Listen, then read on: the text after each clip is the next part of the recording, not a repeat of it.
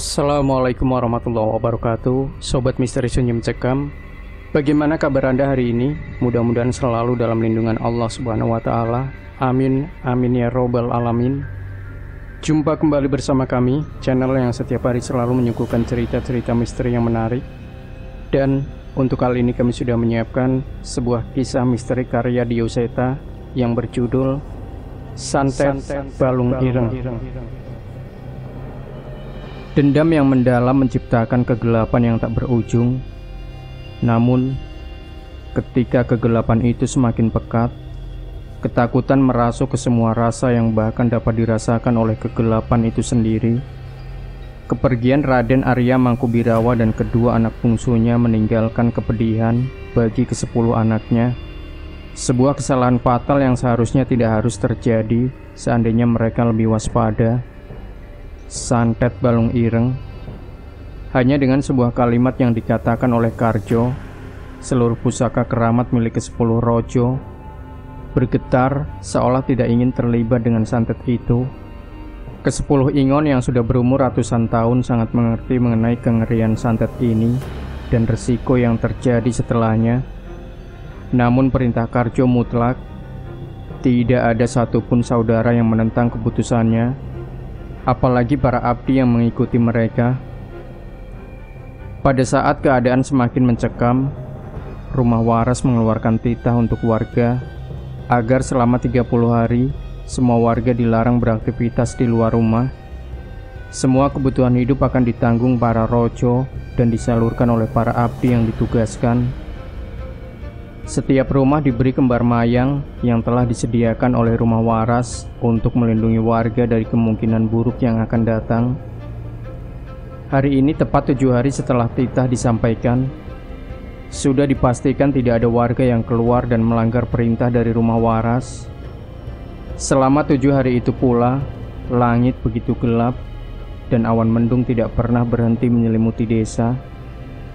Para rojo sudah menyelesaikan persiapan masing-masing dan segera mengurung diri di rumah waras. Setelah ini sama sekali tidak ada yang diizinkan untuk keluar dari rumah waras, apapun alasannya. Malam ini adalah persiapan terakhir para rojo memakai pakaian kebesarannya dan mempersiapkan ke-10 pusaka yang telah diruat. Di malam inilah Karjo melakukan tirakat terakhir untuk mempersiapkan jiwa dan raganya, serta mengumpulkan ke-10 Ingon yang masih tersisa. Saat itu semua rojo tanpa terkecuali memegang pusakanya dan membacakan mantra pemanggil. Angin bertiup kencang di sekitar rumah waras. Hawa dingin yang tidak biasa dapat dirasakan hingga beberapa kilometer dari tempat itu.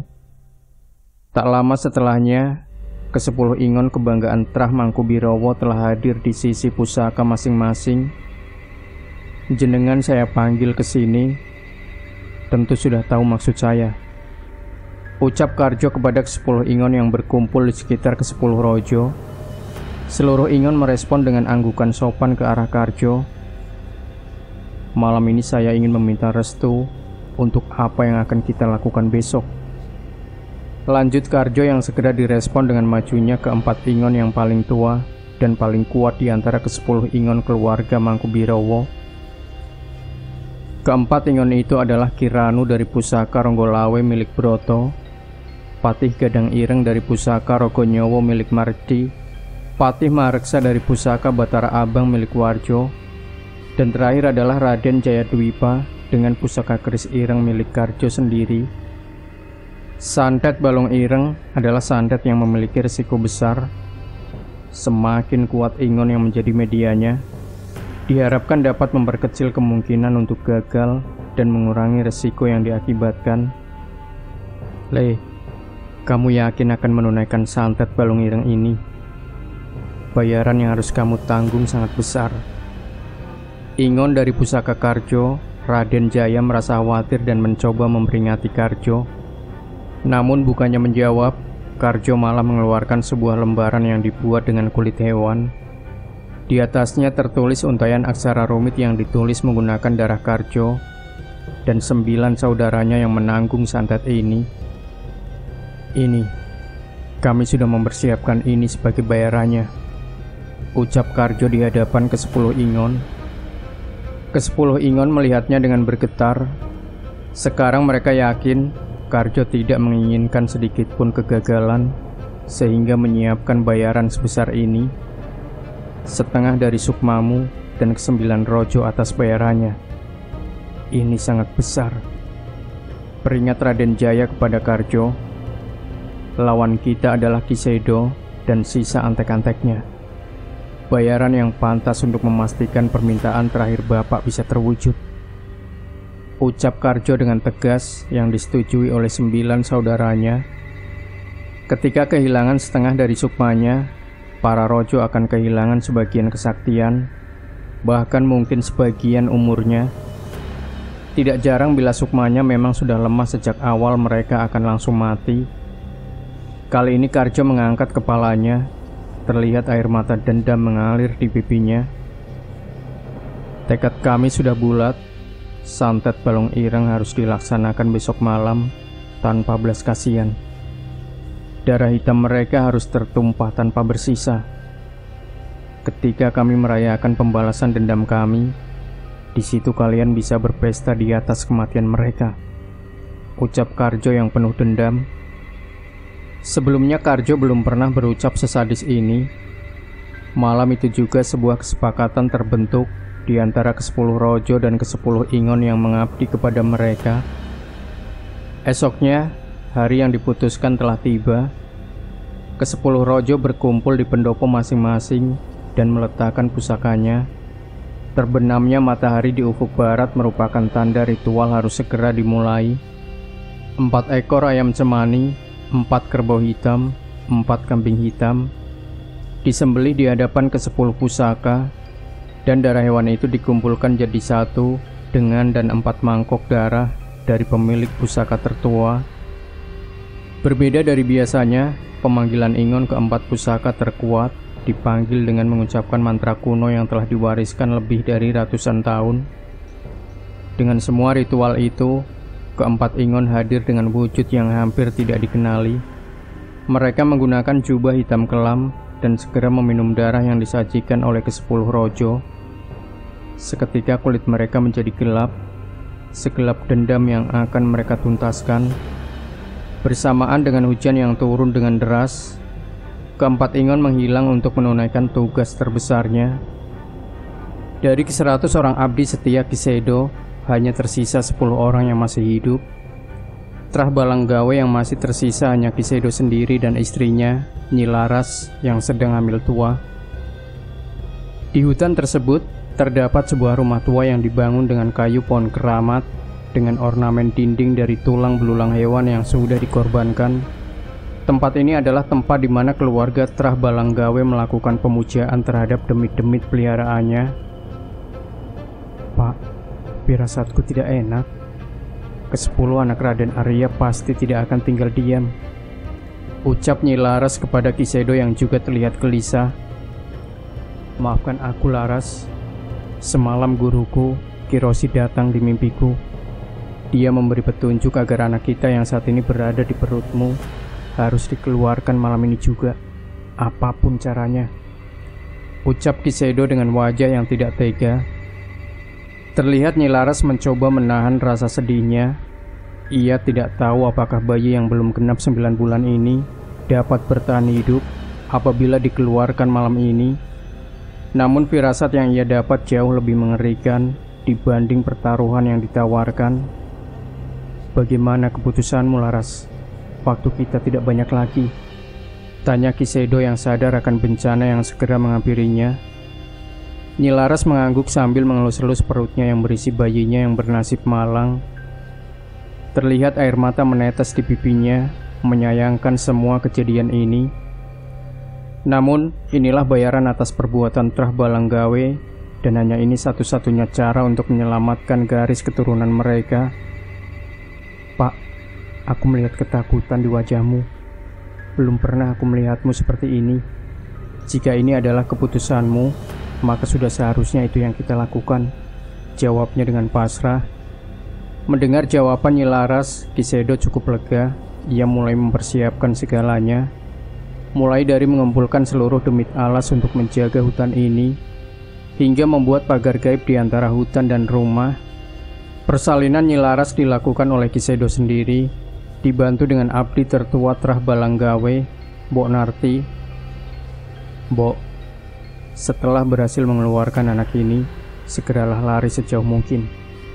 Namun tinggalkan hari-harinya di tempat ini, jelas Ki Sedo pada abdinya itu.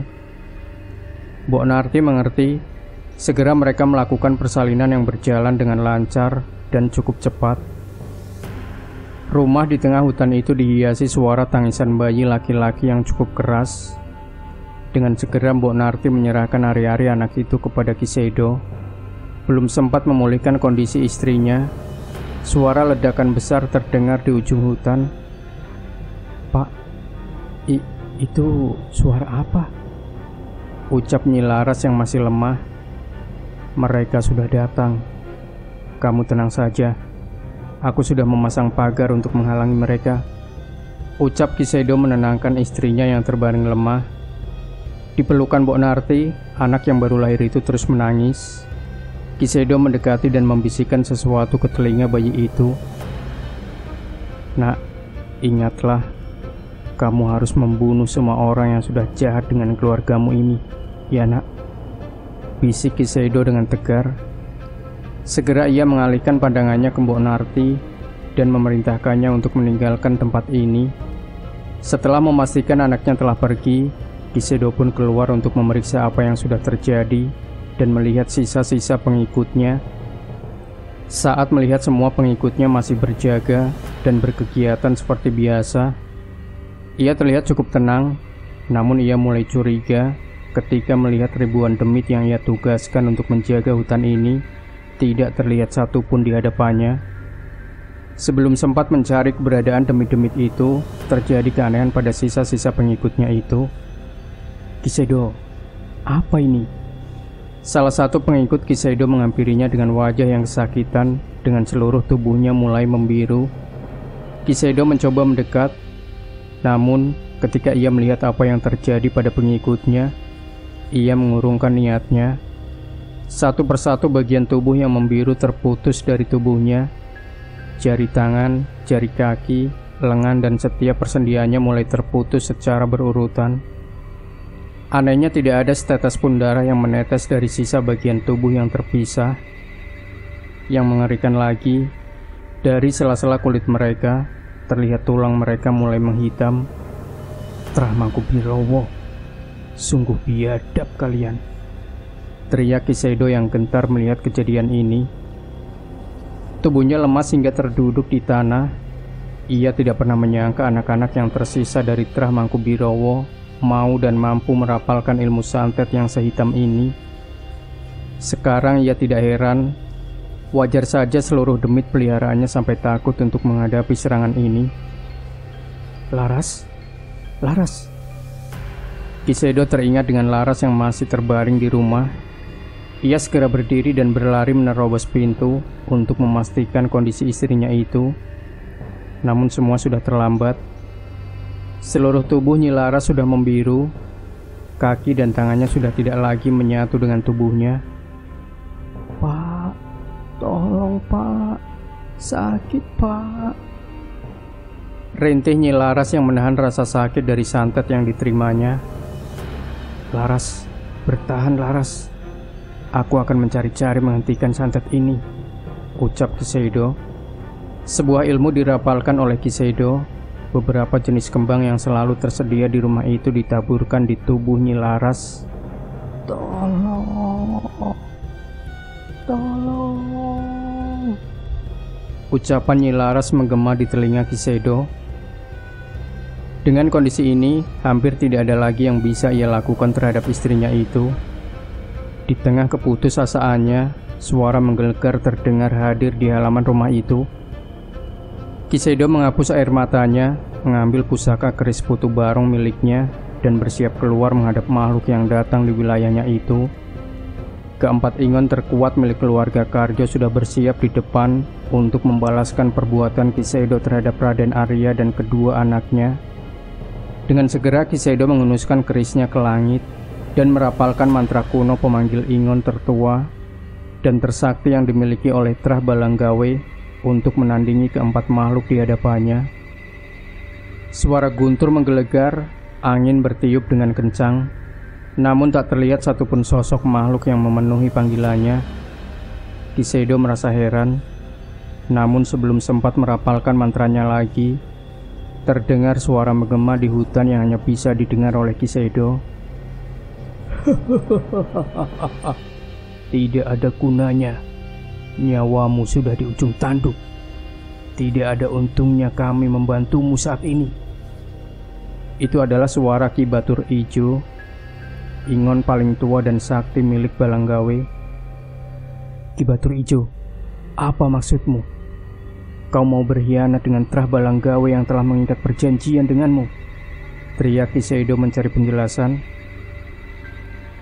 Berkhianat? Tidak, Kiseido. Aku akan membalaskan dendamu. Saat ini aku akan mengikuti anakmu dan memastikan ia akan siap untuk menerima tugas pembalasan dendam ini. Jelas Ki Batur Ijo yang masih menolak untuk membantu Kiseido. Dan untuk kamu, nikmatilah sebaik mungkin rasa sakit dan kepedihan yang akan kamu terima sebentar lagi. Terdengar suara tawa menggelegar seolah menikmati penderitaan Kiseido saat ini. Tak lama setelahnya, suara itu menghilang bersamaan dengan hilangnya keris putu barong dari tangan Kiseido. Pak, sakit pak. Terdengar suara rintihan dari dalam rumah. Kiseido yang cemas dengan keadaan istrinya tidak mempedulikan musuhnya di luar dan menghampiri suara itu. Namun semua sudah terlambat. Saat ini terlihat leher Nyi Laras sudah terpisah dari tubuhnya. Mata dari kepala yang sudah terputus itu masih melirik ke arah Kiseido dengan air mata yang menetes. Sakit. Suara Nyi Laras mulai menghilang. Tidak lagi terlihat pergerakan dari tubuhnya. Ia mati dengan mata yang masih terbuka dan bekas air mata di wajahnya. Terkutuk kalian, Trah Mangkubirowo. Rasa sedih bercampur marah terdengar dari teriakan Kiseido saat itu. Tidak berhenti sampai di situ. Setelahnya suara dari halaman terdengar jelas di telinga Kiseido dan segera menghampirinya. Itu adalah suara yang muncul dari kepala anak buahnya yang telah terpisah dari badannya, meminta pertolongan. Ketakutan yang amat sangat mulai menghantui perasaan dirinya. Suara-suara itu terus bergema di telinganya, sampai akhirnya tanpa sadar ia melihat tubuhnya juga mulai membiru. Rasa sakit mulai menjalar. Ia mulai merasakan seluruh bagian tubuhnya seolah tertarik mencoba lepas dengan sendirinya dari tubuhnya. Bajingan kalian. Harusnya ribuan demit yang kukumpulkan cukup untuk menghabisi kalian. Teriak Kiseido yang masih berharap demit-demit pengikut-pengikutnya masih bisa membantunya. Kakek tua bodoh. Kami ini bukan demit. Kami ini berasal dari berbagai macam kerajaan, dan tidak sedikit dari kami adalah para panglima yang pernah menaklukkan lebih dari puluhan kerajaan. Jangan bandingkan kami dengan demit-demit cecunguk andalanmu itu. Ucap Raden Jayadwipa yang memastikan Kiseido Balanggawe sebagai orang terakhir yang menerima santet balong ireng sekaligus memusnahkan Trah Balanggawe di rumah itu. 15 tahun berlalu, udara panas di tengah malam membuat seorang anak muda terbangun dari tidurnya di sebuah rumah. Rumah itu adalah rumah yang tidak sengaja ia temui saat kabur dari rumah majikannya. Saat ia keluar kamar, terdengar suara seperti ada seseorang di dalam rumah itu. Ia mencoba memperhatikan dengan husuk dan akhirnya menemukan suara itu berasal dari kursi goyang yang ada di teras. Pemuda itu berjalan keluar dan mendapati seorang pria tua tengah duduk sembari memainkan tongkatnya. Sejenak ia berpikir bahwa pria ini adalah pemilik rumah. Maafkan saya, Mbah. Saya sudah lancang masuk ke rumah Mbah tanpa izin, ucap pemuda itu.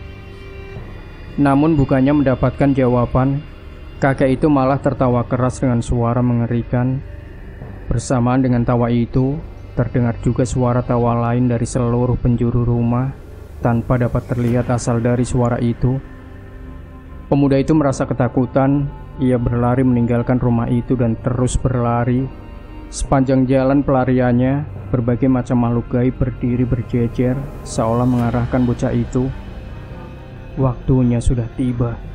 Semua makhluk gaib yang ia lewati meneriakkan hal yang sama di telinganya. Pemuda itu berlari hingga kelelahan dan terbaring tak sadar di salah satu rumah warga di sebuah desa.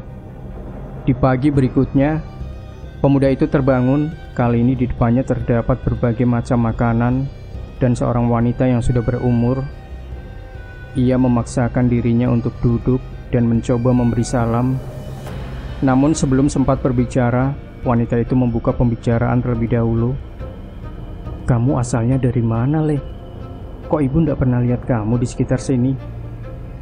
Tanya wanita yang menjaganya sambil menyelesaikan jahitan pada selendang yang ada di tangannya. Saya dari dusun Ngalor, Bu. Saya kabur dari rumah majikan saya setelah tidak kuat atas siksaannya," jelas pemuda itu. "Saya dikejar oleh preman suruhannya hingga tersesat di hutan," lanjutnya. Mendengar ceritanya, wanita itu meletakkan jahitan di tangannya dan mulai memperhatikan si pemuda. "Kasihan kamu, Le. Terus bagaimana kamu bisa sampai ke sini?"